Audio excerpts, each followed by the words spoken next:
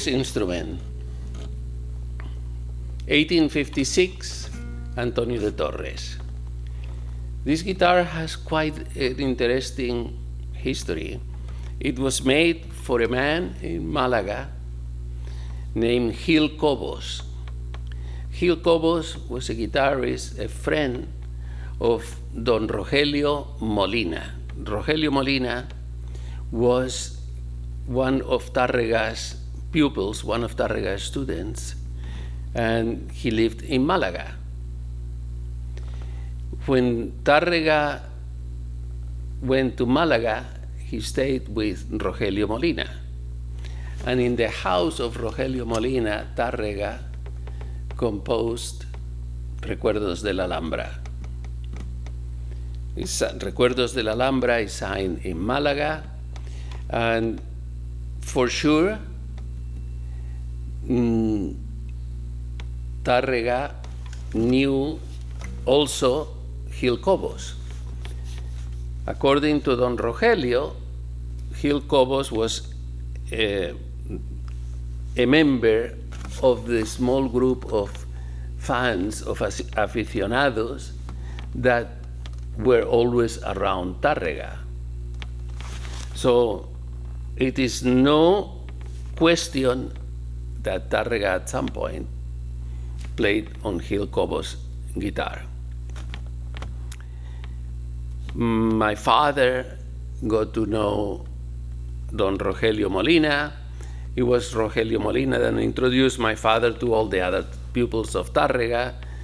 And that's how my father was, as a young boy, was accepted into that group of pupils, the students of Tárrega, which was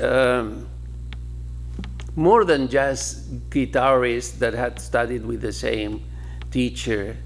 They idolized Tárrega, and it was a spiritual gathering where the guitar was to be adored by all, and the memory of Tárrega certainly to be worshipped and felt every time that any of them played the guitar. For me, the memory of Tárrega and this guitar is very strong.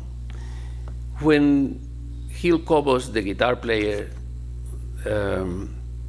died, this guitar was without playing for quite a few years. And one time, when my father was in his middle 20s, the son of Gil Cobos said, the grandson of Gil Cobos said, my father has a guitar that belonged to his father, and he never plays it. It's just sitting in a closet. Do you want it? Do you want to see it? My father said, yes. My father saw this guitar, and he was in love. Look at the condition of this Torres from 1856, the same year that Arcas La Leona was built. But this is very elaborate. This is a fancy model built by Torres. Inside the top it says Pino Malagueño. He used pines from the mountains of Ronda, and the wood was dated by Torres' handwriting from 1812. Anyway, my father bought this guitar from the son of the living Gil Cobos, the grandson of the original owner. 2 or 3 days later, the father, the owner of this guitar, came and said to my father, no, I am not selling that guitar. That guitar was my father's guitar. And absolutely, you have to give it back. Here's your money, and take the guitar. And you can imagine, my father was completely devastated. Move forward, quite a few years later, we leave Spain, we are in California, And out of nowhere, my father gets a letter from the guy that was, the grandson was about my father's age. He gets a letter from the daughter of the guy who sold my father the Torres, and saying my father just passed away. He left instructions that if you want the guitar, we should sell it to you for exactly what you paid him. He wants to honor it. So my uncle Pepe, who lived in Malaga, went to the Gil Cobos family, got the guitar, and this became my father's most precious possession. And he worshipped this guitar. Fast forward, we are driving, I'm driving through a snowstorm in Colorado on Loveland Pass. And my father and mother driving a car behind. My car skids. We go over the cliff, over the pass, over the mountain. We disappear. My father turns to my mother and says, Angelita de mi alma, se han matado. Angelita of my soul, they just got killed. But we didn't get killed. We all survived. And my father looks, we landed on a tree. Everything, one thing after another was in our favor. Young boys, the story, I said it earlier talking about my Hermann Hauser. The young boys that were behind my father were mountain climbers. They came down, they rescued us. We are still sitting in the car. The first thing I see is on top of the 60 feet up is my father screaming, "Are you okay?" Yes, yes. Are your hands okay?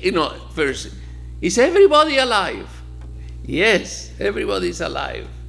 Are your hands okay? Yes. And then he says from there, the Torres is yours. And that's how I got this guitar. And this guitar was, my father continued. This was my guitar, but he continued having it. I didn't want to take it. I took it on some concert tours. In this guitar, I played in Madrid. You can see this guitar also you can hear it in a recording with forte piano on Philips of works of Diabelli and Carulli, with Wilhelm Helwig. And when I was making that recording, I had to play an Aranjuez in Madrid, and I didn't want to take this. When I took this guitar, I was very, very careful that I either bought an airplane seat or make sure that it would go inside the airplane. I go to Madrid and I played Aranjuez on this, and Rodrigo, who was blind, tells me after, "What guitar did you play? That was absolutely magnificent. I love that sound." And I told him it was a Torres. And so the particular thing about Torres is how they magnify their presence. The bigger the hole, the more they magnify it. There's no decay, there's no diminishing of the sound waves, no matter how big is the hole. The sound waves multiply themselves in a spectacularly perfect way. When my father was near the end of his life, he and I were in his house. He took this guitar and started to play the Spanish Serenade of Malat. And partly halfway through it, he stopped and says, I don't have any more energy. I cannot finish it. You finish it. So I took the guitar and I finished the piece, the Spanish Serenade, which was his signature piece.